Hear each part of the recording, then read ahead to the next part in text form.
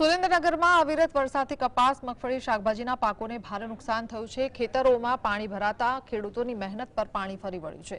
ખેડૂતોએ તાત્કાલિક ટેકાના ભાવે કપાસની ખરીદી શરૂ કરવા અને સહાયની માંગ કરી છે। કુદરત રૂઠી ત્યારે સરકાર ખેડૂતોની સામું જોવે એ જરૂરી બન્યું છે।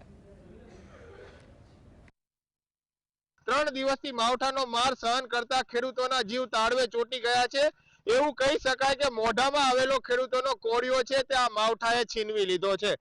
ખરીફ સિઝનમાં જે અત્યારે અમે કપાસ, મગફળી, શાકભાજીનું વાવેતર કરેલ, પહેલા તો ચોમાસામાં 50% પાક તો અમારો ફેલ વયો ગયો હતો અને અત્યારે જે કુદરતી જે અમારે લેવાનો સમય આવ્યો આ દિવાળી પછી અને બજારમાં માલ પહોંચાડવાનો આવ્યો હતો, અત્યારે આ કુદરતનું માવઠું આવ્યું અને તેના કારણે માલ અમારો તમામ ખરાબ થઈ ગયો છે। આના કારણે અમને ભાવ જે વેપારી આપશે એ મળશે નહીં અને અમારી એક જ એવી માંગ છે કે ખેડૂતનો જે માલ રહ્યો એ ટેકાના ભાવ સરકારે જાહેર કર્યા એ ભાવથી અત્યારે ખરીદી કરવા માંડવું પડે તો ખેડૂતને પોસાય, નકર ખેડૂત તમામ પાયમાલ થવાની આરા ઉપર છે।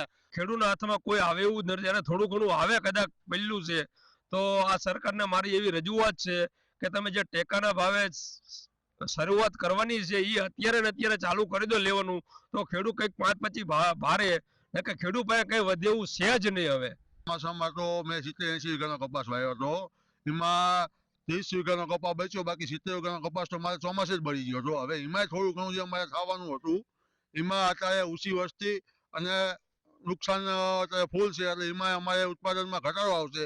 એમાં જો સરકાર અમારા ટેકાના ભાવથી ખરીદી નહીં કરે તો અમારે તો પાયમાલ થઈ જઈશું અને અમારે એવી પરિસ્થિતિ આવશે કાલ સવારે કોઈ પાસે ઉછીતા વ્યાજવા હાથે લઈ અને અમારે બધું ઘર ચલાવવા માટે વ્યવસ્થા કરવી પડશે। કુદરત જરૂર રૂઠી છે પરંતુ હવે સરકાર આ ખેડૂતોની સામે જોવે તેવી હાલ સુરેન્દ્રનગર જિલ્લાના વઢવાણ તાલુકાના ખેડૂતોની ઉગ્ર માંગ ઉઠવા પામી છે। Fazal Chauhan, GSTV news, Surendra.